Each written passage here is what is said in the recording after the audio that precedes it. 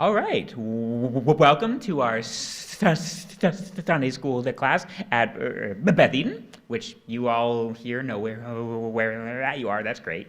Um, so we're going to jump right into the life of Jacob. Now, last week we went through a lot of background things, so we should be prepped to jump right in. I just want to remind you, though, if you have a question or a comment or a concern or anything, just feel free to raise your hand and wave at me, and then we'll stop at some point and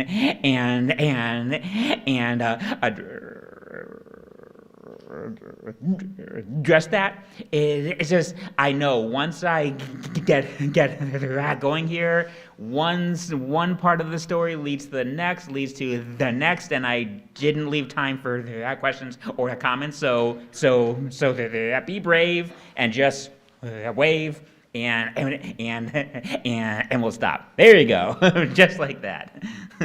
All right, so a very brief review.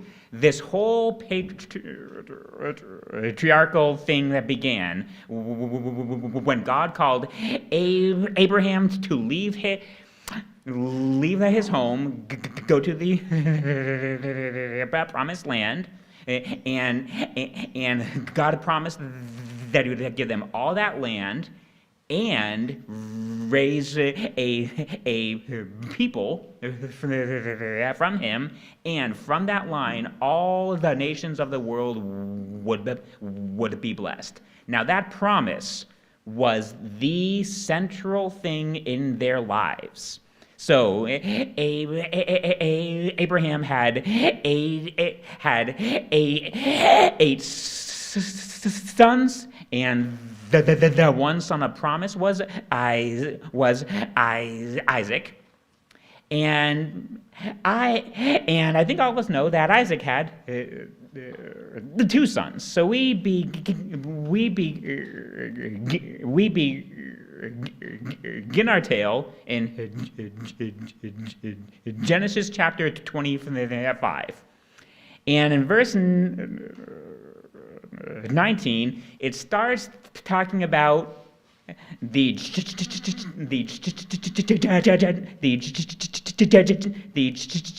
generations of Isaac. Now, they could not have kids, which is a very big deal when all of the promises of God flow through your line. So this has universal yeah, boy, I'm having a rough day today. So he prayed and asked God, why? What's wrong? So his wife conceived, yet something was wrong. It says here, and the children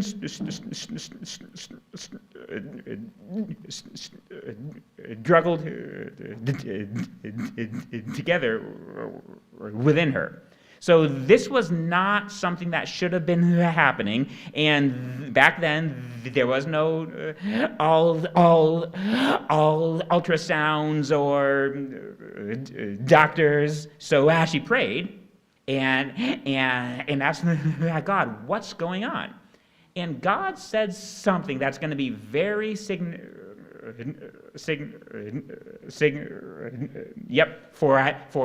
the whole rest of this series here.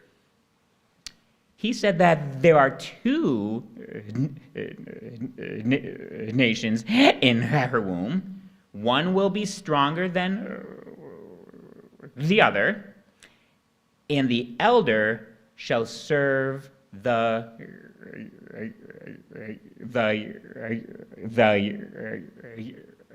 younger.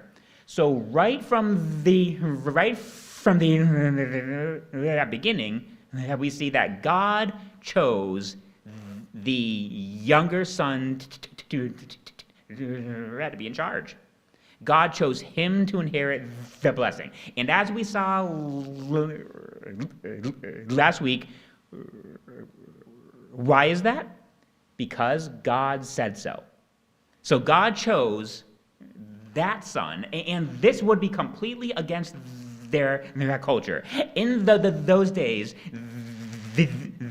what happened was the firstborn son that would inherit all of the family. They had blessings. He would inherit a double portion of the property. He would be the family priest. He would be the family judge, and that's basically how it that would work.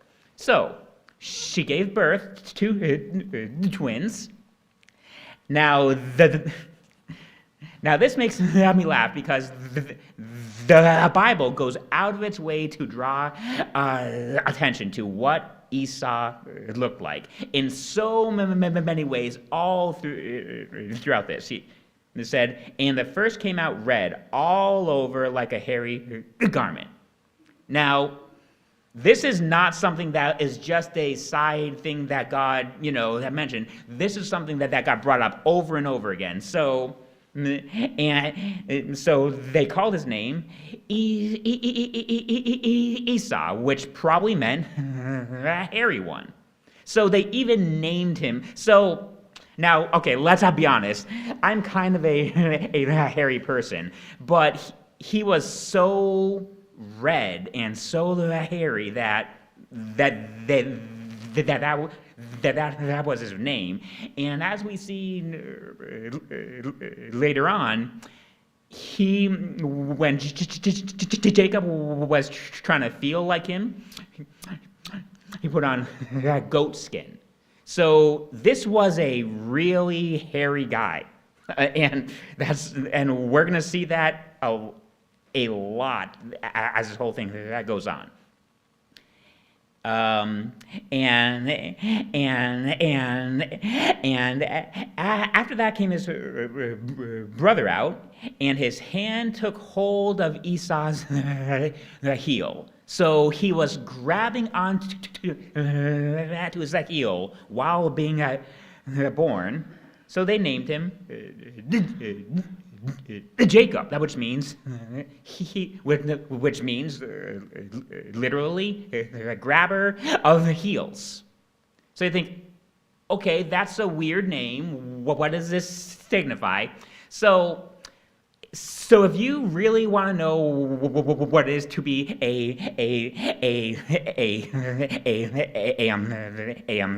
heel grabber, play a board game against me.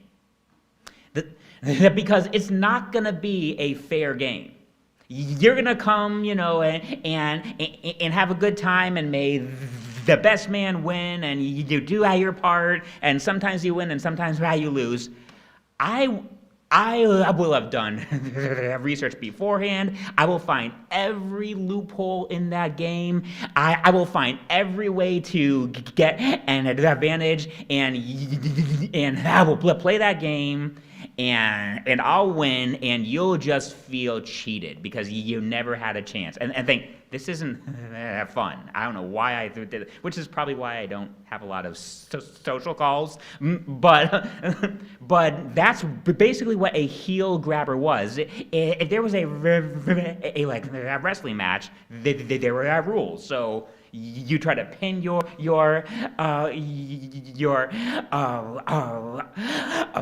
opponent by strength, not by grabbing their heel and tripping them up. Where Jacob had that name, and we'll see as the story that goes on, he was well named.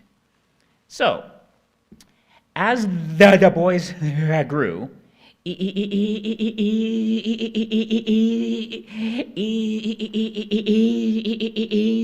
was a cunning hunter, and it says here, a man of the field.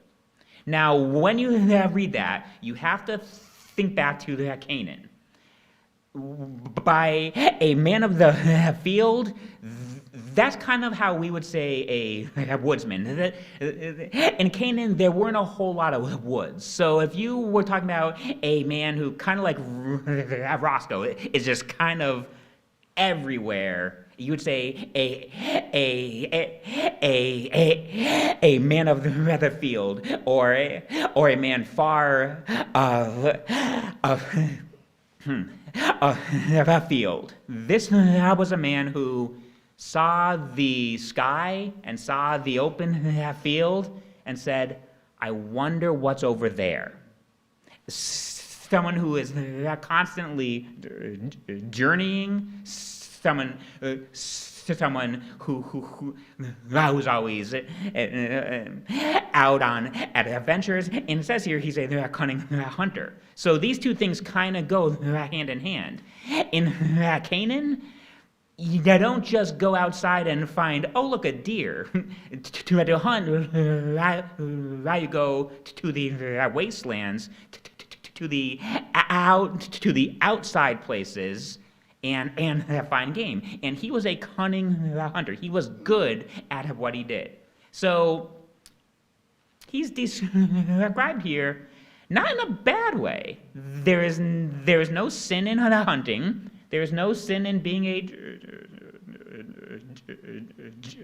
a journeyman. But we see here a character that is very much about one person, himself. Where patriarchal life was all about the family, he spent a lot of his time out. He spent a lot of his time hunting, going places, seeing things. So, not a bad man, but we're starting to see right from the Svedar here some of the traits that are gonna blossom here. Now it said, Jacob was a plain man. Now that word can be kind of hard for us to grasp. This is like the same word that's used to describe Job as a man of integrity. It basically means you live within the guidelines of God and man. So the sense here is a plain man, a quiet man, a man who doesn't make waves, who does what God says, who does what his society says, just a spiritually minded person who wants to do right, and said he was a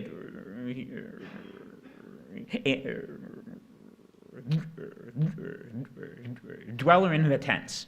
And as we saw last week, central to the patriarchal life was the culture of being a nomad. And this is something that he embraced. He dwelt in tents.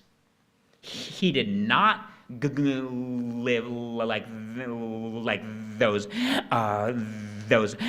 about him. He didn't travel around seeing how other cultures had lived. He embraced his life.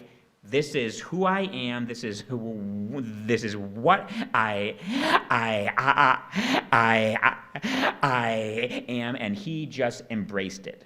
So we have two children here, twins, both born of a promised, blessed family line.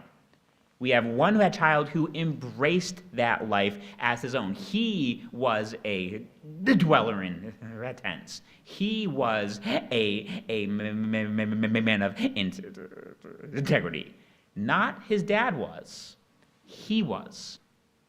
Then you have a son who didn't quite break that with that. as we read through Esau's life, generally speaking, he's not a terrible guy. I mean, yes, he tried to kill his brother, but if Jacob was your brother, you might feel the same way. If you don't believe me, ask Kim and Elena, and they'll tell you. Being a sibling to a Jacob is not easy. So he wasn't a terrible person. He just saw his dad's life and said, not for me. And we are definitely going to see this being fleshed out more and more as his life goes on. Yes, he stayed within the family, but it was not his. It was not his lifestyle. It was not his culture. It was not his God. It was his father's God, where Jacob really embraced this. Now, when did Jacob become a believer? We have no idea. And generally speaking, we usually don't know that fact about most people in Scripture. Now we know that every person who is born again has had a change where they were, by God's power, joined to Jesus Christ, responded in repentance and faith, and were regenerated. But we don't know when that happened. And I'm just going to put out here, that's probably okay. We tend to focus on the point in time so much that we kind of miss what is the real evidence of salvation, how someone lives. So I'm gonna pick on Richie here. I have no idea when he was saved. I have no idea about his salvation testimony. I don't even have a guess. But I've seen him here for like 20-something years. I've seen how he's lived. I've seen how he's grown, how he's changed. I've seen how God has worked in his life. Now, I don't know that hearts. I can't make a judgment of who is or is not joined to Christ. But I see Richie, and I say, here's a person who I embrace as a Christian, not based on his salvation testimony, but based on how he's lived. And here we see Jacob. He had a lifestyle that embraced God's promises, God's covenant, and the lifestyle that meant. And it was not a flashy, he was a terrible kid, and then, it was not that way. It's just that we see from his lifestyle that he embraced his father's God as his own. And we see from Esau's that he did not. Now, we're going to learn a few things about Isaac as well. And we're going to see through this some character flaws in him that also get passed down to his kids. He says, and Isaac loved Esau. Why? But because he did eat of his venison. Okay, so being a nomad, you ate cattle, and you drank milk, and you ate cheese. Basically, that's it. And you ate that for your whole life. So if you liked that, so if you really liked that goat and you really liked red cheese, this is the life for you. But if you didn't like that, tough luck, because this is what's there. This is, I mean, you have no huge fields of that crops. You might have some smaller gardens for some of the vegetables, but it's not like you got fields of crops. It's not like you can just go to town and buy a pizza. You ate what you had. Now we saw that Esau was a hunter. So he would come home from far afield with new, fresh food, and Isaac loved that. Now, is there anything wrong with new, fresh food? Yes. No, I'm joking. No, it's fine, I guess. I personally wouldn't know that because I basically eat the same things over and over again. But there is no sin in really enjoying new, fresh food. But we see here an earthliness where he loved Esau not because of Esau's bad character, but because he really liked his meat. And I think we're going to see that even more in the kids, because like most of the flaws that get passed down, you might have it a little bit, your kids usually have it more. And we're going to see that in a very well-known story here, how Jacob won the birthright. So, I'm not sure when this happened. Probably before they were both at 40, but there was a time when Esau was out hunting, and Jacob made a stew. So far, so plain, right? So Jacob makes this stew, and Esau comes home, and he is in desperate need of the food. Now, let's not bash him too much here. We need to understand that context. Almost everyone in this room, perhaps everyone, we have never been hungry. Not like this. What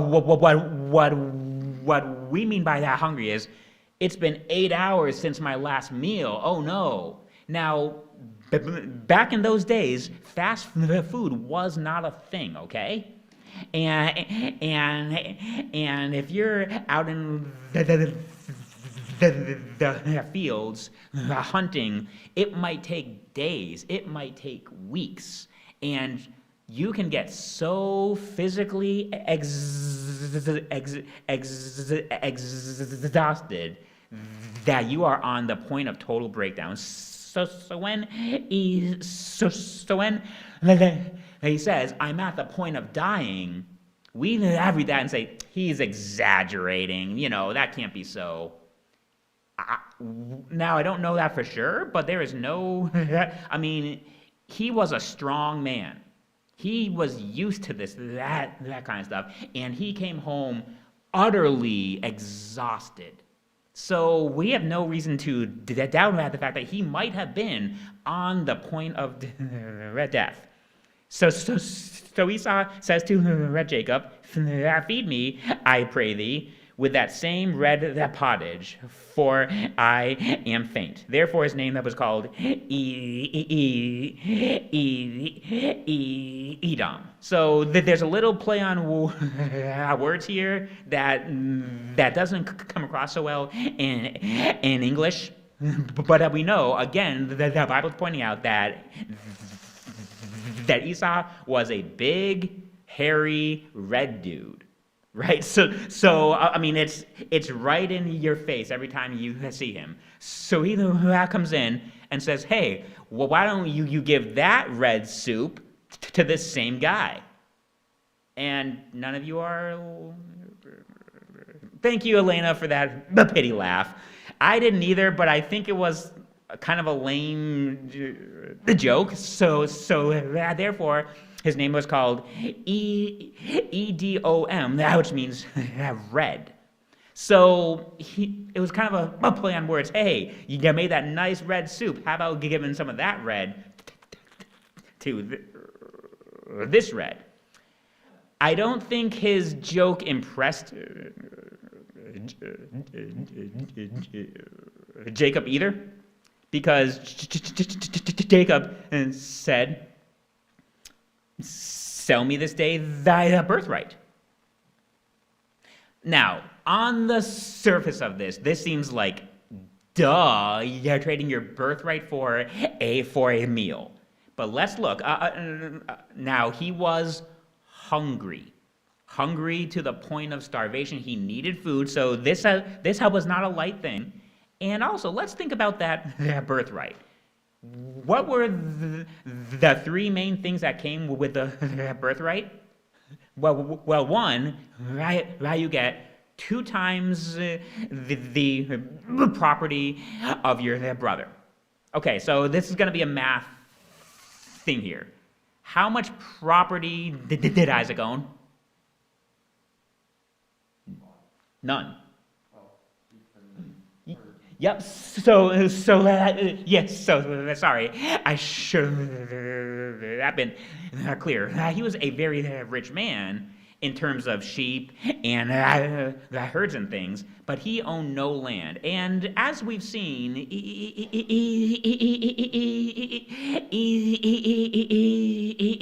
Esau really wasn't in love with the whole red nomad life. So if a pastor was kind enough to say, "Bill, you're a really nice guy, I'm going to offer you one of my pigs," I would be like, "Thank you, that's really nice. I've never had one of those before, but it's not going to mean much to me because I don't raise pigs. I don't care about pigs. What am I going to do with a pig?" Well, yes, I could chase it down out of the street, and I could eat bacon, but I get my bacon from the grocery store, like most Americans. So I just prefer to be blind to how it gets from the pig to that grocery store. So, yes. That's true. So say, well, I'm free from the law. Thank you, Dan. So, 2 times all of Isaac's that property really didn't mean a lot with him because it involved absolutely no land, and it involved a whole lot of goats and sheep and stuff, which is fine because it's worth money, but it's not a lifestyle thing. It's like, okay, great, that's worth money, but I can sell those and get rich, but I don't want goats. So that part of the birthright was worth something, but not too much. The second part of the birthright was that you were the head of the family. And when I say that, I don't mean in terms of like a king, but more kind of like a judge. So when there was a dispute, you were the one who got to the pick, and you were kind of the guide and the chieftain of the tribe, which meant a little bit. I mean, no, that's not, that's okay. But we see from his life, I mean, how big was this tribe? 2 brothers. So if you're saying, "Hey, Bill, I'm going to offer you to be the king of Spain," okay, that's pretty big. But if you're saying, "Hey, Bill, I'm offering you to be the king of these 2 people," like, okay, that's great. That's great. I mean, I like to be king and all, but it's not really so big. Now, what was the third part of that birthright? You were the family priest, and you inherited the promise of God. That's a huge deal, right? Not so much to Esau. He's described in Hebrews as a profane man, and that doesn't mean he swore a lot. It just means that he really valued earthly things. He really valued, hunting and food and adventure and stuff like that. Now, I'm sure he wouldn't have turned down the blessing of that God. Sure, that's great. I mean, who doesn't want to be, in tight with God and all? But it wasn't really high on his list of priorities. So he made a judgment call. He said that, behold, I am at the point to die, and what profit shall this birthright do unto me? He said, well, you know what? If I don't get this food, I'm going to die. This whole birthright thing, meh. Fine, deal. So Jacob said, swear to me this day. And he swore at him and sold his birthright unto Jacob. And then Jacob gave him food and drink, and they lived happily ever after. Not really. So, let me ask you that question, and I'm going to ask the same question in two separate ways, so just be that prepared. Did Jacob sin by making the trade? Anyone want to venture an answer? How many people say yes, Jacob sinned by making this trade? How many say no? Okay, I see a few no's. How many don't want to raise their hands? Yeah, okay, that didn't work. So the general consensus is no, he didn't. And really, I can see that because he didn't lie, right? He didn't say, now we'll see more of that afterwards, but he didn't lie to him. He didn't, offer one thing and give another. He made a very clear trade. You want this soup, I want your birthright. And in fact, he gave him more than that. He gave him bread too. So soup and bread. So he didn't lie. Yes. Did he covet that he wanted something that wasn't his? Very good. So that's going to lead me into the same question asked in a slightly different way. Did Jacob please God by doing this? How many people think, yes, Jacob pleased God in how he acted? No hands, wow. How many of you say no, Jacob definitely did not please God by this? Okay, yeah. So, here's my thing here. If it doesn't please God, that's a pretty solid definition of sin. Now, sin that can be defined in a whole lot of ways, and in many ways, that's kind of our common blanket term for all kinds of wrongness. But I think sometimes we approach the concept of sin almost like a lawyer, almost like a Jacob. And we say, well, I didn't technically lie, didn't technically, but actually was right. He coveted, right? Did he love his brother? No. If your brother is starving to death and you have food, give him some food. This is hospitality 101. So I think we can all agree here. This didn't please God, and it's that same thought that makes us think, well, no, it's not a sin. It just kind of didn't please God, so it's maybe not the best, but it's kind of okay. It's that same way of thought that we will see as the story goes on. It doesn't lead to good places. So when we have this kind of a law-based version of sin, merely now, not to rehash with Dan, but rather the law that was meant to show us our sin. It's not meant to excuse us of our sin and say, well, technically, by law, I didn't, call my brother a fool. I just called him a dope. So, I'm clear. Come on here. So this vow was not a lie, but it definitely didn't please God. Now, let's remember what we started this lesson by saying. Who did God say was going to inherit the blessing? Jacob. What did Jacob have to do to earn that blessing? Nothing. Did Jacob have to make this deal? No.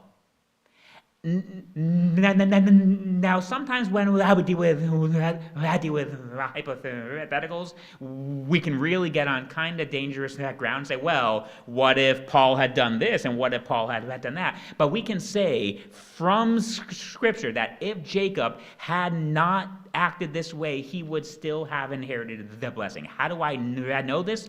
Because God's purposes are always fulfilled. And God favored Jacob. Jacob didn't have to earn it. Jacob didn't have to scheme for it. Jacob didn't have to take advantage of his brother to get it. But he did. And this is a pattern where we're going to see. And it says here, thus Esau despised his birthright. And that doesn't mean that, whoa, this is an awful, terrible thing. It means he said, it's nothing to me. The pottage is so much more. And here is the dangerous thing for people who were, quote unquote, raised Christian. We all know those who completely leave and say, that's it, I've had enough, I don't want anything to do with this. Most don't do that. Most are just quietly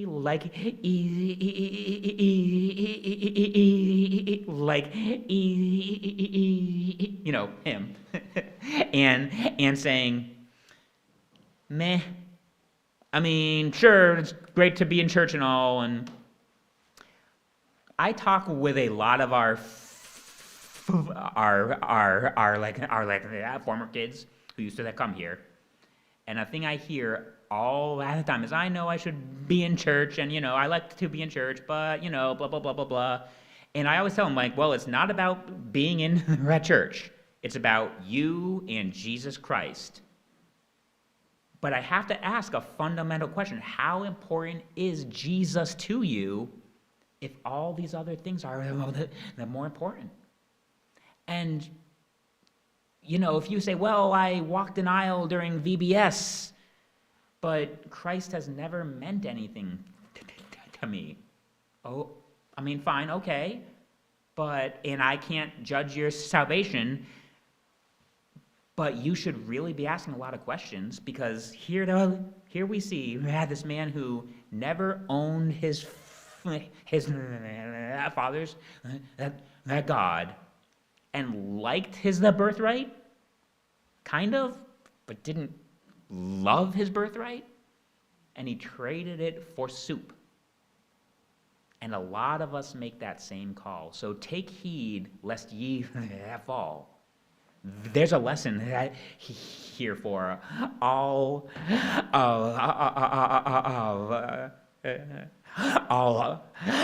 of us here. Value the things of God. Now, it goes on and talks a whole lot about Isaac, and that's great, but that's not pertinent to our story we have right now. I want to look at verse 34. It says, and Esau was 40 years old when he took a wife. Now, I want to park there for a very important reason. One, I have to say, it's not so odd to be 38 and not have a wife. So everyone, get off my back. That two, we need to understand how important family was and how important the line was. And here we're going to see yet another flaw in Isaac that we're going to see later in Jacob. Isaac was very passive. So it was very important that they find a wife. And it was very important that that wife not be a Canaanite. And in those days, that family was primarily involved in finding you a spouse. So it was, they talk to you and they make a deal and you find a spouse. Esau was 40 years old, and being a twin, that means that Jacob was also 40 years old, and they didn't have their wives. And there were no steps. There was nothing. So he made a really wrong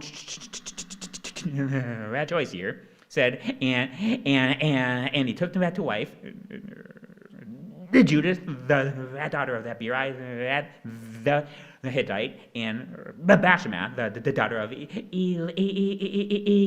Elon, the Hittite, which were a grief of mind to Isaac and Rebekah. He married people who lived in the land, which was one of the big no-nos. You don't enter that marriage with them. Now, like we said last week, they were all going to end up marrying a pagan because there were very few non-pagans out there. But it was very important for them to maintain their purity and the promise of God that they do not intermarry with the inhabitants of the land. He intermarried with the inhabitants of the land. And I'm not excusing that choice, but at the same time, of course he did. Of course he did. When there was no steps in place to help him make a right choice, and there was no that contacts to find a wife like they did with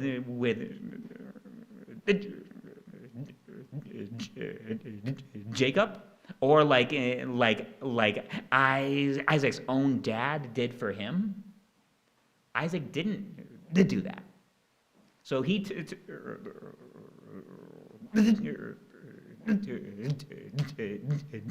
his own wives, and it says that they were a grief of mind.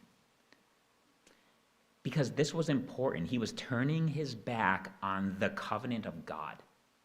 He was saying, these promises that we have devoted ourselves to, listen, this whole tent thing, that's, I need a wife. There's wives right here. I'm taking a wife. I'm going to just live my life. And it was a grief of mind to them because they knew how significant that was. He did not. And we will see that a bit more in the future. He didn't even get how bad this was until they sent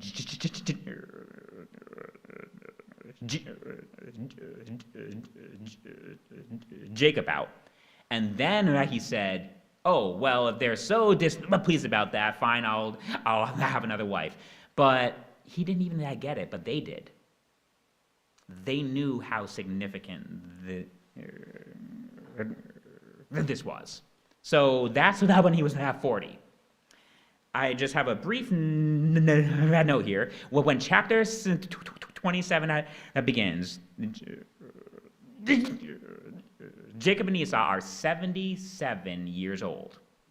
And I really want us to think about that for now and for next week. They are 77 years old. So he had been quietly trying to live that God's way for 77 years. He still has no wife. he has the birthright, but things are a little shaky there, as we'll see. And 77 years have passed. I think we read the rest of the story of Jacob as if he were a young man making young man mistakes. He was not. He was a 77-year-old man who was born in the family of the promise, who lived the covenant of God. He was well versed in these things, and everything that comes to pass after this point, all that happens to a 77-year-old man who knows better. So that's the one side. I also want to think of that age thing in another way. Jacob did mostly right, at least compared to. It's nice to have a brother like Esau, because even you always look good. So he was the good brother for 77 years. And he was promised by God that he would get that blessing. And he made a deal for it. He had an oath by his brother for it. So he waited for 77 years for his rights. I just want us to think about those two facts as we start to think about next week and how this all plays in. And I just want us to try to put ourselves in their shoes.